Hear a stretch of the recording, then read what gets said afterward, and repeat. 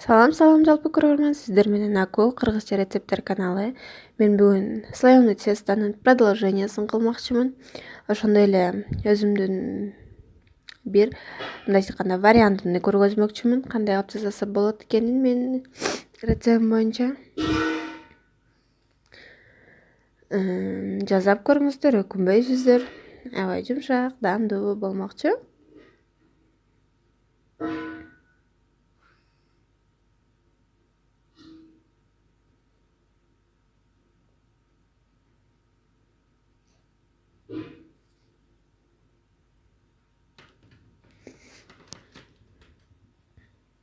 Ошондой эле ушундай печеньелардын рецептин көргөзмөкчүмүн. Биринчилерден болуп слоеный тестаны алмакчыбыз. Анан начинкасына мен колбаса менен сырды колдонгонду чечтим. Сиздерге да ошону сунуштайт элем. Мен озвучкама кичине көңүл бурбай эле коюңуздар достор, анткени мен кичине ооруп турам азыр. Ошого карабастан видеону озвучка кылганды чечтим. Анткени уже видеом даяр болчу. Камырды жаябыз, бирок өтө жука эмес. Өтө жука кылсаңыздар аябай слоеный болуп, анан быркырап түшүп кала турган болуп калат. Ошон үчүн кичине калыңыраак кылабыз.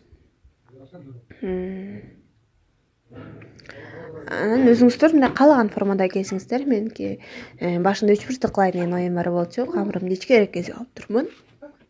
Анан 4 бурчтук кылып койдум. Бирок андан эч таам өзгөрбөйт. Меники бул жөн эле колбаса эмес, ветчина. Кааласаңыздар сосиска колдонуңуздар, же колбаса колдонуңуздар. Ушинтип мындай кооздук үчүн четин вилка менен кооздоп коюуну чечтим.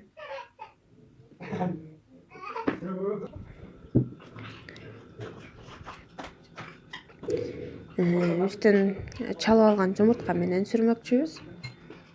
Ошондой эле күнжүт менен сээпке төрмөкчүбүз.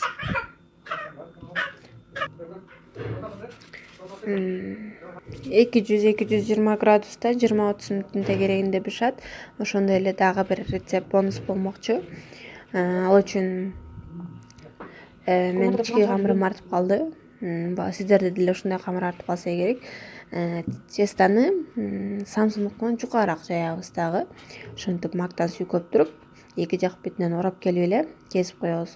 Сиздер мисалы үчүн дасторконго жасасаңыздар, азыр мен муну жөн эле эме кылып жасадым. Мындай типа образец кылыпчы.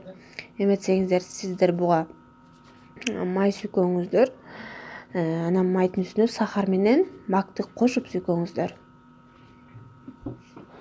Анан бул эмелерге караганда, естественно, батыраак бышат. Мен кичине байкабай калып, кээ бирөөлөр күйүп калыптыр. Кадрга ошолор түшүп калыптыр, көңүл бурбаңыздар. Ошондой эле достор, сиздердин көбүңүздөр ошо слоеный тестанын продолжениясын сурашты эле. Мен жөн эле самсы же ушундай рецепт көргөзбөстөн ушундай рецепт көргөзүүнү чечтим. Дагы кандай ушундай рецепттерди каалайсыздар? Бул типа как сэндвич катары кетет.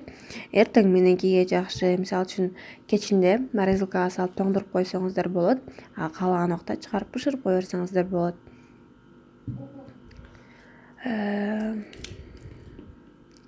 Баалап абиде бергенге жакшы экен. Саламатта калыңыздар достор. Менин каналыма катталыңыздар. Кийинки видеомду күтүңүздөр.